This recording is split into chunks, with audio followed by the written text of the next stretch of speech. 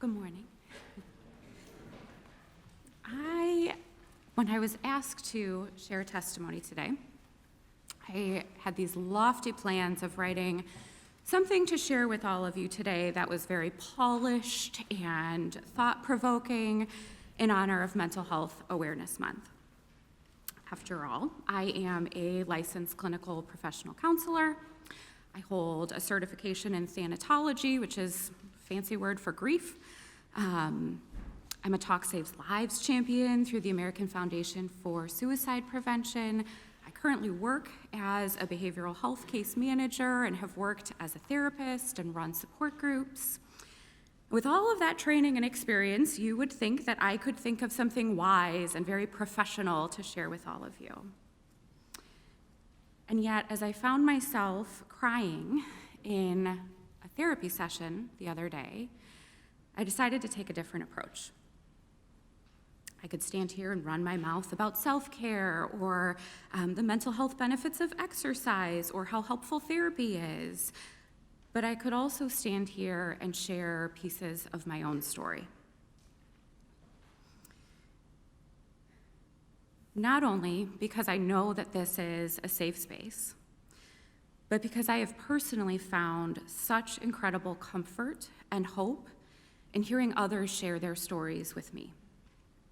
And my hope is to pay that forward today, and in doing so, to take even just the smallest little bit of stigma out of talking about mental health.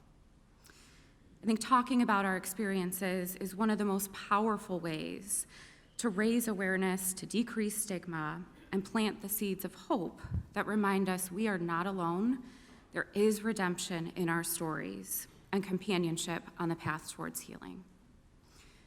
So with that in mind, I'll share with you that I have been in and out of counseling myself since I was about 10 years old.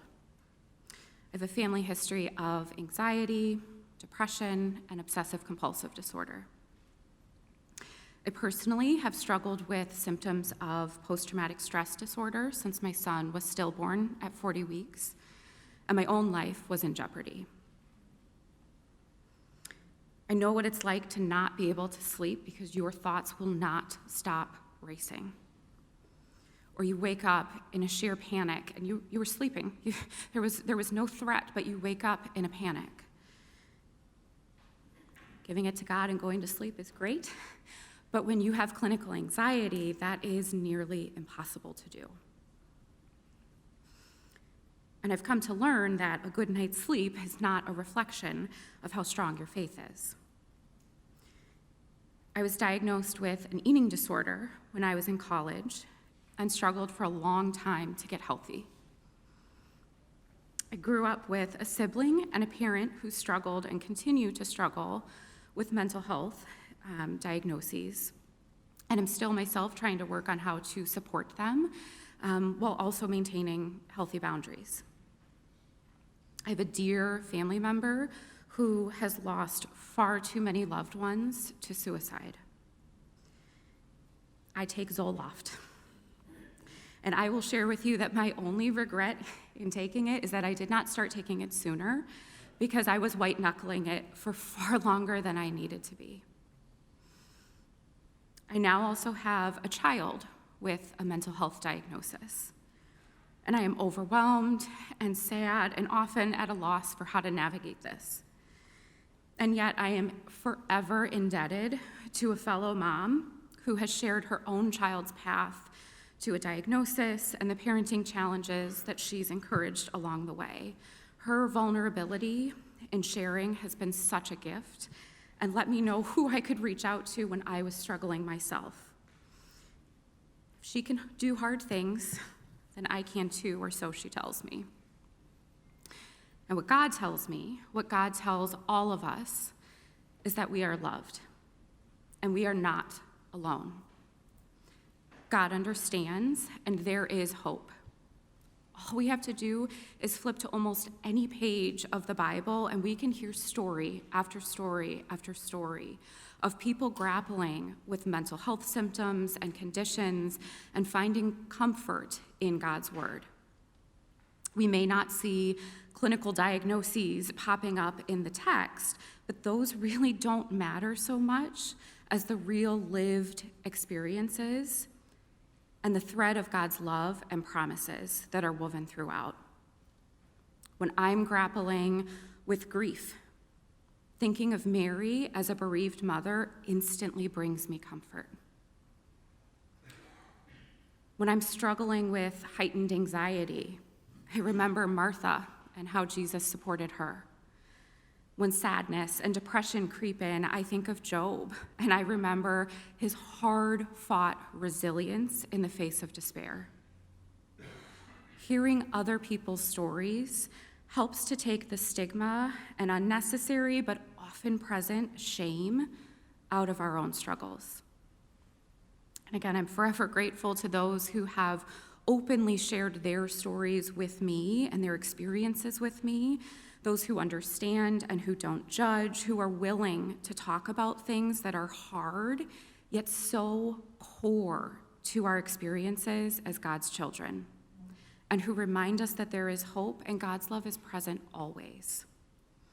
It reminds me of Psalms, chapter 126, verses 5 through 6. Those who plant in tears will harvest with shouts of joy. They weep as they go to plant their seeds, but they sing as they return with the harvest. This year, members of our green team, thank you to all of you, planted yellow tulip bulbs in one of the church's gardens as part of a national movement called the Yellow Tulip Project. The Yellow Tulip Project was founded by a young woman named Julia Hansen, with the core mission to decrease stigma associated with mental illness and to build community and remind people that there is help and hope. The yellow tulip is said to represent happiness and hope and hold special meaning to Julia as she lost two friends to suicide, one of whose favorite color was yellow and the other one whose favorite flower was tulips. The Yellow Tulip Project is fiercely dedicated to helping people know that there are ways to get help, there are supports available, and that circumstances can and will change. This church, I believe, also shares that mission of spreading hope amidst the darkness, reminding us that there is power and healing in connection with others and with God, and that we are not alone. And just as we weather long winters or long seasons, spring always comes back around. And just as the season around us is unfolding, we can see it, right? Life is in bloom again.